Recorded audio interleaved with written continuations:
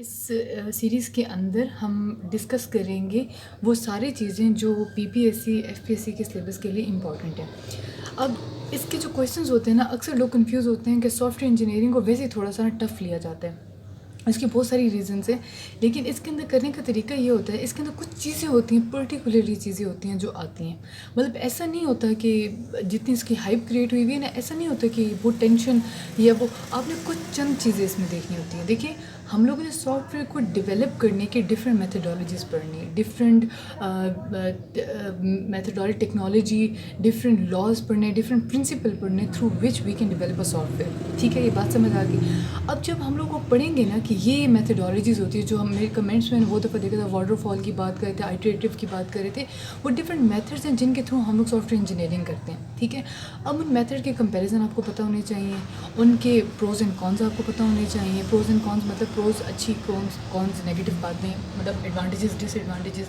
इसी तरह आपको एक तो कंपैरिजन पता होना चाहिए, आपको ये पता होना चाहिए कि सॉफ्टवेयर, हाँ, एक और ये पता होना चाहिए कि सॉफ्टवेयर के आगे से डेवलपिंग के टाइम पे कौन कौन सी हमारे पास बजट इफेक्टिव है, कौन सी बजट इफेक्टिव नहीं है, मतलब कौन सा हमारे बजट पे भारी पड़ेगा और कौन सा हमारे लिए अच्छा कॉस्ट इफेक्टिव और कॉस्ट जो एक्सपेंसिव और इस तरह की चीज़ें। ये चीज़ें हैं जो आप लोगों ने सॉफ्टवेयर इंजीनियरिंग के अंदर करनी है। ठीक है, अगेन मैं कह रही हूँ, कोई भी चीज़ मुश्किल नहीं होती जब तक आप उसको सर पे सवार न कर लें। बस अब ये है कि सर पे सवार कर लेंगे तो आपको ये मुश्किल लगना शुरू हो जाएगा। इसको एक लाइट मोड में करते जाएंगे, नोट्स बनाते जाएंगे, मेहनत करते रहेंगे इस पर, तो ये बड़ा ईजी हो जाएगा आपके लिए। ठीक है, तो आज हम स्टार्ट करें सॉफ्टवेयर इंजीनियरिंग से। सॉफ्टवेयर इंजीनियरिंग की इस लेक्चर के अंदर आपको देखें, अब बहुत सारे लोग जो गलती करते हैं, वो कॉन्सेप्ट नहीं बिल्ड करते और बस मोटी मोटी बातें पढ़ लेते हैं कि अच्छा एमसीक्यूज़ में ये वाला आया हुआ है तो चले मैं इसका टॉपिक पढ़ लेता हूँ। ये गलती हो रही है आप लोगों से। बहुत सारे मैसेज मुझे ऐसे रिसीव होते हैं जो कहते हैं कि हमने एमसीक्यूज़ किए, हमें ये नहीं समझ आए। आप उसकी, अगर आपने एमसीक्यू सॉल्व करना है ना, तो you must have to cover the topic first होगा तो आपसे एमसीक्यूज़ होंगे। कभी भी ऐसा मुमकिन नहीं टॉपिक के बगैर आप लोग एमसीक्यू सॉल्व कर लें। तो ये जो लेक्चर्स आप लोगों के बेसिक लेक्चर्स होते हैं, समझ लें कि आहिस्ता आहिस्ता आहिस्ता आहिस्ता आहिस्ता आप लोग कॉन्सेप्ट बिल्डिंग कर रहे हैं। ठीक है, जब एक दफ़ा आपका कॉन्सेप्ट जनरेट हो जाता है, बिल्ड हो जाता है, उसके बाद फिर उसके रेलिवेंट जितने मर्जी क्वेश्चन हो आप लोग इजीली उसको सॉल्व कर लेते हैं। लेकिन जब आप लोग कॉन्सेप्ट नहीं बिल्ड करते तो फिर आगे जाके हो जाता है मसला। ठीक है जी, इसके अंदर हम लोग छोटी छोटी बातें पढ़ेंगे, दोज आर वेरी इंपॉर्टेंट। कुछ टर्म्स पढ़ेंगे जो बार बार रिपीट होंगी, कुछ ऐसे कॉन्सेप्ट हम लेंगे इसके अंदर जो ग्रेजुअली आगे जाके हमारे लिए थोड़े से वो कम्प्लेक्स या एडवांस कॉन्सेप्ट में चेंज हो जाएंगे। ठीक है जी, लेट्स स्टार्ट इट। चलिए जी, स्टार्ट करते हैं इसका कॉन्सेप्ट। सॉफ्टवेयर का तो सबको आपको पता ही है। सॉफ्टवेयर के अंदर एग्जीक्यूटिबल इंस्ट्रक्शन होती हैं। ठीक है, इसके अलावा जो सॉफ्टवेयर हैं वो प्रोग्राम्स होते हैं। ठीक है, और प्रोग्राम्स के अंदर क्या होता है, एग्जीक्यूटिबल इंस्ट्रक्शंस होती हैं। बेसिकली सॉफ्टवेयर जो होते हैं ना, किसी न किसी टास्क को परफॉर्म करने के लिए हम बनाते हैं। ठीक है, to solve a problem, to make it easier, तो कुछ भी इस तरह सॉफ्टवेयर के अंदर आप कर सकते हैं कि ये कलेक्शन ऑफ एग्जीक्यूटिबल कोड्स होती हैं, प्रोग्राम कोड्स होते हैं। ठीक है, ये तो हो गया सॉफ्टवेयर। अब अगली चीज़ आती है हमारे पास इंजीनियरिंग। इंजीनियरिंग के जब हम लोग डिफ़ाइन करते हैं ना, तो इंजीनियरिंग को हम कहते हैं मेथड्स, प्रिंसिपल्स और laws to develop a software, to develop something. ठीक है, टू डेवलप समथिंग, कुछ भी चीज़ बनाने के लिए वेल डिफाइंड साइंटिफिक प्रिंसिपल। ठीक है, well defined scientific principle to develop something. तो जब हम लोग इन दोनों को कंबाइन कर लेते हैं तो हमारी डेफिनेशन को इस तरह बन जाती है, scientific methods, principle and law to develop executable instruction, programs और सॉफ्टवेयर। ठीक है, तो कंबाइन इसकी ही हो जाती है डेफिनेशन हमारे पास। अब हम मूव करते हैं कुछ अगली टर्म्स की तरफ जो बड़ी इंपॉर्टेंट है। अब यहाँ पे आपके लिए क्या चीज़ ज़रूरी है कि ये देखिए, कहने को तो ये बड़ा आम सा कॉन्सेप्ट ही है ना, लेकिन यहाँ पे एक टर्म आ रही है। अब टर्म समझनी बड़ी ज़रूरी है। क्यों ज़रूरी है? क्योंकि उससे क्वेश्चन आ सकता है। कैसा क्वेश्चन आएगा? देखें, the term is software evolution. ठीक है, अब इसका मतलब क्या है? Process of developing software using some principle. वो जो प्रोसेस होगा ना, वो इसके अंदर, उस प्रोसेस को हम लोग कहते हैं सॉफ्टवेयर एवोल्यूशन। अब ध्यान से बात समझिएगा, इसका क्वेश्चन कैसे आता है पेपर के अंदर? इसका क्वेश्चन इस तरह आ सकता है कि जिस तरह कोई एक जो आपको मैंने बताया ना, ये मुकम्मल एक प्रोसेस है जिसके बाद हमारे पास सॉफ्टवेयर आता है। तो वो पूछेंगे कि फॉर एग्जांपल जिस तरह कोई भी एक स्टेप पूछ लेंगे इस प्रोसेस का कि जो रिक्वायरमेंट्स हैं, gathering requirements is a module of what, software evolution, और आगे 2-3 और लिखे होंगे किसका स्टेप है। तो वो जो स्टेप है ना, क्योंकि आपको पता है एक प्रोसेस के अंदर डिफरेंट स्टेप्स होते हैं, तो इसके भी आगे से डिफरेंट स्टेप्स हैं। तो वो जो डिफरेंट स्टेप्स हैं ना, वो इंपॉर्टेंट है, उनके नाम इंपॉर्टेंट हैं किस हवाले से कि वो आ सकते हैं पेपर के अंदर कि बताएं कि वो सॉफ्टवेयर एवोल्यूशन का है या नहीं। या एक और चीज़, which one of following is not a process or not a step of software evolution। तो आपको उस हवाले से भी नाम पता होने चाहिए और वहाँ से आप ऑड वन आउट टिक कर लें कि भाई ये 3 तो हैं इसके, लेकिन ये जो एक है ना बीच में से, ये सॉफ्टवेयर एवोल्यूशन में इंक्लूड नहीं होता। तो इस हवाले से ये टॉपिक हो जाता है आपके पास इम्पॉर्टेंट। अच्छा जी, एक और भी एक हवाला है इसका इम्पॉर्टेंट कि कोई भी प्रोसेस लिखा होगा, बताएं ये वाला जो प्रोसेस है ये इसमें से किस स्टेप के अंदर परफॉर्म किया जाता है। ठीक है, इस तरीके से डिफरेंट आते रहते हैं। अच्छा, सबसे पहले जो इसके अंदर बात करते हैं दैट इज़ रिक्वायरमेंट गैदरिंग। इसका ना मैं आपको एक एग्जांपल से करवा दूंगी, सारी चीज़ इसकी आपकी क्लियर हो जाएंगी। Developer creates developer create prototype and show it to the prototype and show it to the user for feedback. ठीक है, तीसरे नंबर पे यूज़र क्या करता है, यूज़र सजेस्ट करता है चेंजेस, यूज़र सजेस्ट चेंजेस। ठीक, और उसके बाद आपके पास आ जाता है चौथे नंबर पे डिज़ायर्ड सॉफ्टवेयर। देखिए बड़ा आसान सा कॉन्सेप्ट है। अब हम लोगों ने बनाना है एक कॉलेज बनाने का हमारा है कि जी कॉलेजेस बनाने हैं हम लोगों ने, या कॉलेज बनाना है, कॉलेज की बिल्डिंग बनानी है।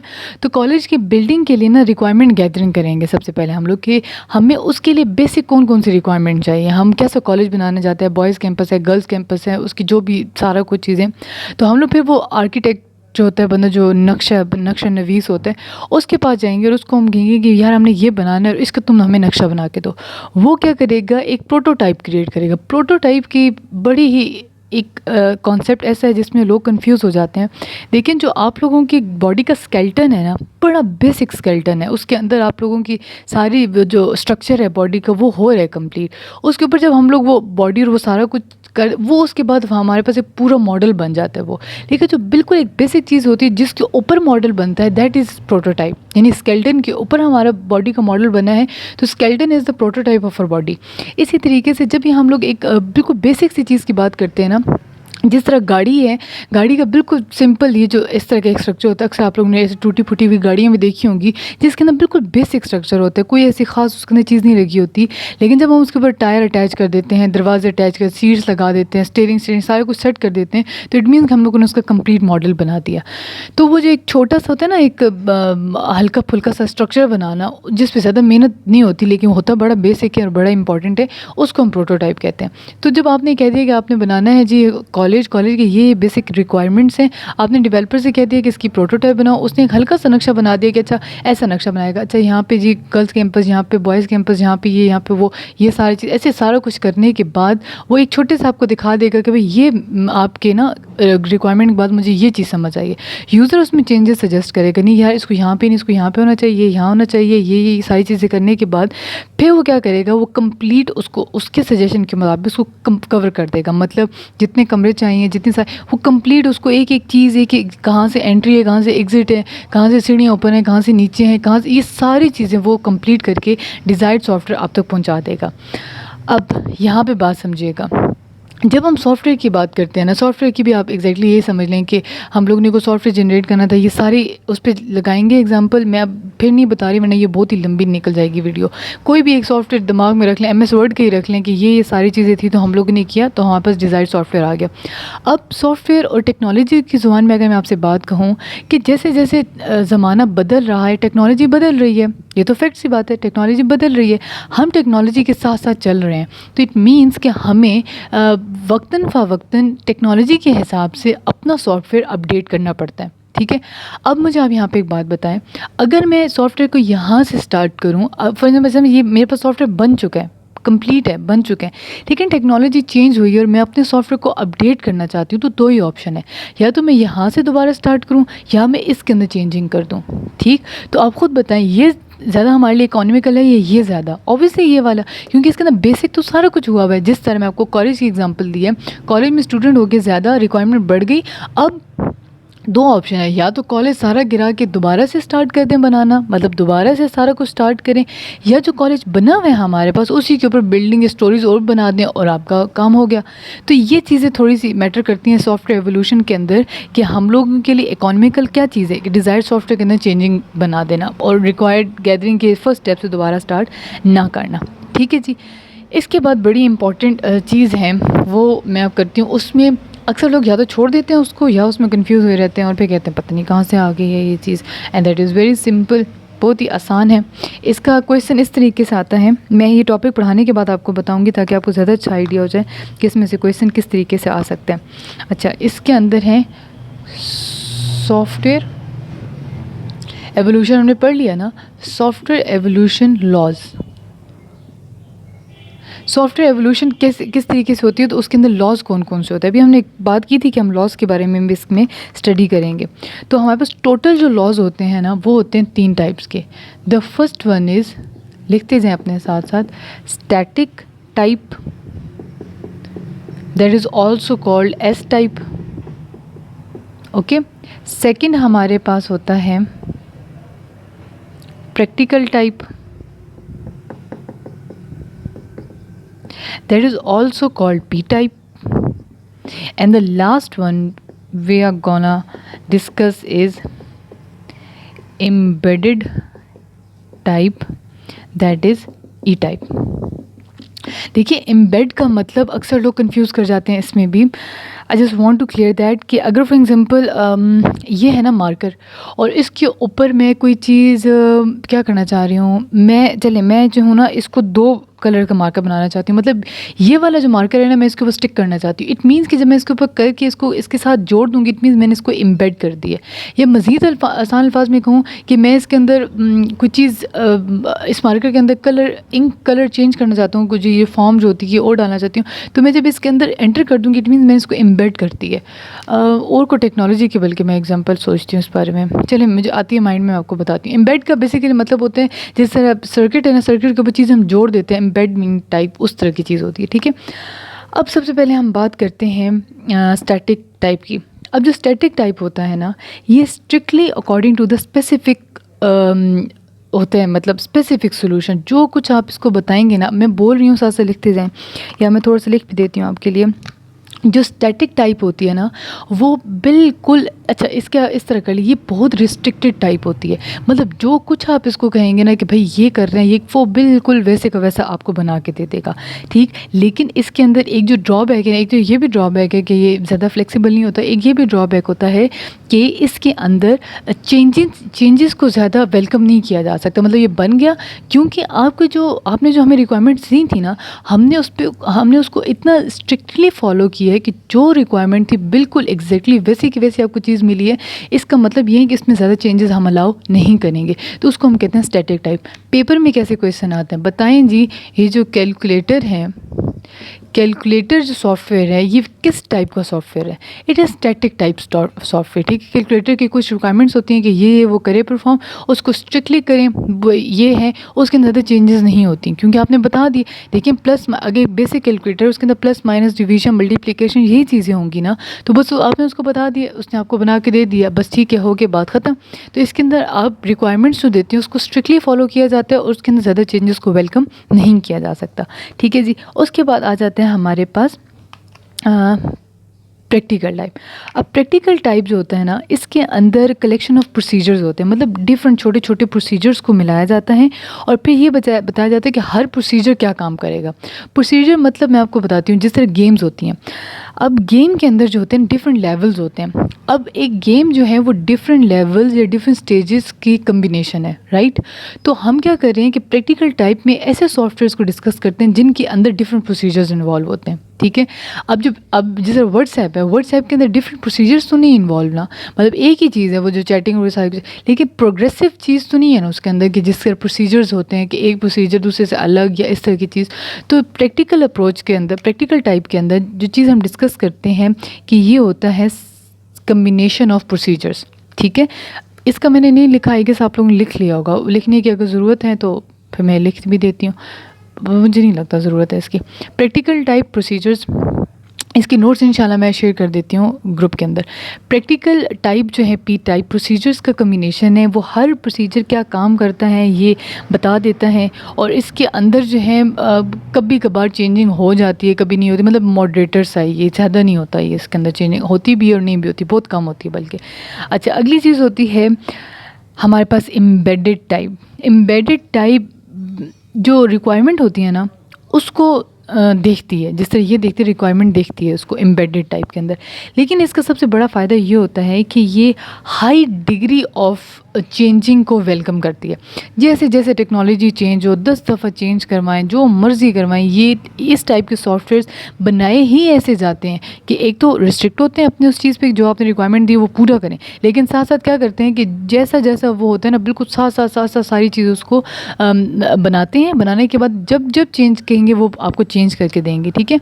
इसकी एग्जांपल मैं लिख रही हूँ यहाँ पे पी टाइप की गेम्स, और इसके अंदर जितने भी सॉफ्टवेयर हम लोग यूज़ करते हैं, जैसे MS word itself is a embedded type, ठीक है। इस तरह के सॉफ्टवेयर जिसके अंदर आपको लग रहा है कि चेंजिंग होती रहेगी and they are like they welcome changings, तो फिर उसका मतलब वो कौन सी होंगी, एम्बेडेड टाइप होगी, ई टाइप होगी।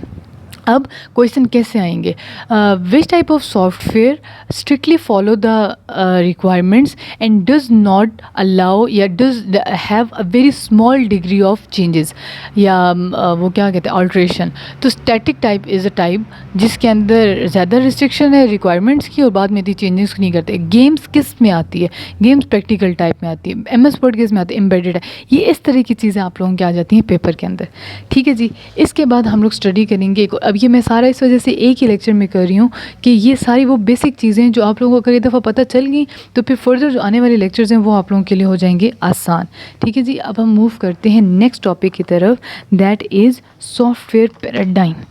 एक सेकेंड, ओके जी। थोड़ी डायग्राम गंदी सी बनी है, लेकिन आई गेस ये समझ आ जाएगी आप लोगों को ऐसी कि सॉफ्टवेयर पैराडाइम हम लोग ने पढ़ना है। What is software paradigm? Paradigm का मतलब, सॉफ्टवेयर पैराडाइम का ये मतलब होता है वो मेथड्स और वो सॉफ्टवेयर जो हम लोग लेते हैं during designing of a software, ठीक है। सॉफ्टवेयर की डिज़ाइनिंग के दौरान ये वो स्टेप्स हैं जो लाजमी हम लोग लेते हैं, ठीक है। अब थोड़ा सा इसमें अंडरस्टैंडिंग क्रिएट करने वाली बात है। सबसे पहली चीज़ होती है सॉफ्टवेयर डेवलपमेंट।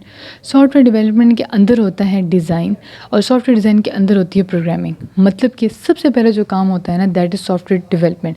अगर आप इसको स्टेप वाइज लेना कि पहले ये फिर ये, तो वो भी गलत नहीं है, लेकिन आप सब सेट के हिसाब से लें कि सॉफ्टवेयर प्रोग्रामिंग जो है वो सॉफ्टवेयर डिज़ाइन के अंदर है, जो सॉफ्टवेयर डिज़ाइन है वो सॉफ्टवेयर डेवलपमेंट के अंदर है, तो ये भी गलत नहीं होगा, ठीक है। ये इसी तरीके से चल रहा है। सबसे पहले जो हम लोगों ने डिस्कस करना है ना दैट इज़ सॉफ्टवेयर डेवलपमेंट। अब इसके अच्छा आप लोगों ने अब करना किस तरह, ध्यान से देखिएगा। देखिए सॉफ्टवेयर डेवलपमेंट के आगे से कुछ पॉइंट्स हैं, ये मतलब 3-4 होंगे। सॉफ्टवेयर डिज़ाइन के आगे से 3 होंगे, प्रोग्रामिंग के आगे से 3 होंगे। ये जो खुद है ना ये बिल्कुल बेसिक और समझ लें मोटा मोटा होता है ना, मोटा मोटा जो कॉन्सेप्ट है ये इसके अंदर छोटे छोटे और भी कॉन्सेप्ट्स हैं, ठीक, छोटे छोटे पॉइंट्स हैं, इसके आगे से फर्दर प्रोसीजर्स हैं। तो आप लोगों ने अब इसको तैयार कैसे करना है? सबसे पहले तो आपको ये तीनों तैयार होने चाहिए, उसके बाद इनके तीनों नाम तैयार होने चाहिए। अब इसमें से क्वेश्चन कैसे आते हैं? सॉफ्टवेयर डिज़ाइन का कोई एक प्रोसेस उठा के कहा जाएगा बताएं ये किस सॉफ्टवेयर पैराडाइम में एग्जिस्ट करते हैं, प्रोग्रामिंग में, सॉफ्टवेयर डिज़ाइन में या सॉफ्टवेयर डेवलपमेंट में, ठीक है। ज़्यादा लोग कंफ्यूज होते हैं इन दोनों के अंदर, सॉफ्टवेयर डिज़ाइन और सॉफ्टवेयर डेवलपमेंट के अंदर। हालांकि कन्फ्यूजन वाली बात नहीं है बिल्कुल भी। इसके अंदर हम लोग गैदर करते हैं कि हम लोग सॉफ्टवेयर डेवलप कैसे करेंगे, मतलब हमारी सॉफ्टवेयर की रिक्वायरमेंट क्या क्या है, ठीक है। और ये ज़रा ट्रैक्टर गुजर जाए बाहर से। अच्छा, इसके अंदर हम लोग ये करते हैं सॉफ्टवेयर डेवलपमेंट के अंदर कि लाइक हमारी जो सॉफ्टवेयर है ना उसकी रिक्वायरमेंट्स क्या क्या है, हम लोग उसकी गैदर करते हैं। तो इसके अंदर हम लोग करते हैं गैदर कि सॉफ्टवेयर डेवलपमेंट जो है उसके अंदर हमारे पास प्रोसेसेस क्या क्या होते हैं, ठीक है। अभी मैं आपको लिख के दिखा देती हूँ। ओके जी, अब हम लोगों ने पढ़ना है बारी बारी कि इन तीनों के अंदर कौन कौन से फर्दर स्टेप्स इन्वॉल्व होते हैं। देखिए, जो अब हम लोगों ने करना है कि एक जो स्टेप है उसके अंदर फर्दर आगे से कितने स्टेप्स हैं, ठीक है। तो रिक्वायरमेंट गैदरिंग है जी, हम लोग सबसे पहले रिक्वायरमेंट की गैदरिंग कर लेते हैं। इसको रिक्वेस्ट नहीं समझना, that is requirement, REQ is request, requirement not request. तो रिक्वायरमेंट गैदरिंग करते हैं कि हम लोगों ने रिक्वायरमेंट गैदरिंग करते हैं हम लोग इसके अंदर ये कि हमारे सॉफ्टवेयर की रिक्वायरमेंट क्या क्या है, मतलब हम लोगों ने करना क्या क्या है इसके अंदर। स्कोप एनालिसिस देखते हैं कि अगर हम लोग ये बना लेंगे तो इसका स्कोप क्या है। कॉलेज की जो एग्जांपल दी उसी के ऊपर सारा करते जाएं, आपको ये सारी चीज़ें समझ आती रहेंगी। अगर मैंने एग्जांपल देना शुरू कर दी तो ये बहुत ही लंबी हो जाएगी। समझ ना ये कमेंट सेक्शन में बता दीजिएगा तो हम इसको फर्दर किसी दिन एग्जाम्पल के अंदर कर लेंगे। प्रोग्रामिंग का मतलब यहाँ पे ये नहीं है कि पूरी पूरी बैठ के कोडिंग कर लेते हैं, लेकिन थोड़ा बहुत एक स्ट्रक्चर बना लेते हैं कि अब जब हमने रिक्वायरमेंट गैदर कर ली है ना तो उसको हम लोग इम्प्लीमेंट कैसे करेंगे, ठीक है। थोड़ी सी इम्प्लीमेंटेशन देख ली जाती है इसकी कि आया कि ये काम हम लोग कर भी सकते हैं कि नहीं कर सकते, या अगर हम करेंगे तो इसमें क्या क्या रिसोर्सेज चाहिए होंगे, कौन कौन से सॉफ्टवेयर चाहिए होंगे, कौन सी कोडिंग करेंगे, कौन सी लैंग्वेज यूज़ करेंगे। प्रोग्रामिंग का एक्जैक्टली मीट कोडिंग नहीं है यहाँ पे, ठीक है, बैठ के कोडिंग करना चाहिए वो नहीं करेंगे यहाँ पे।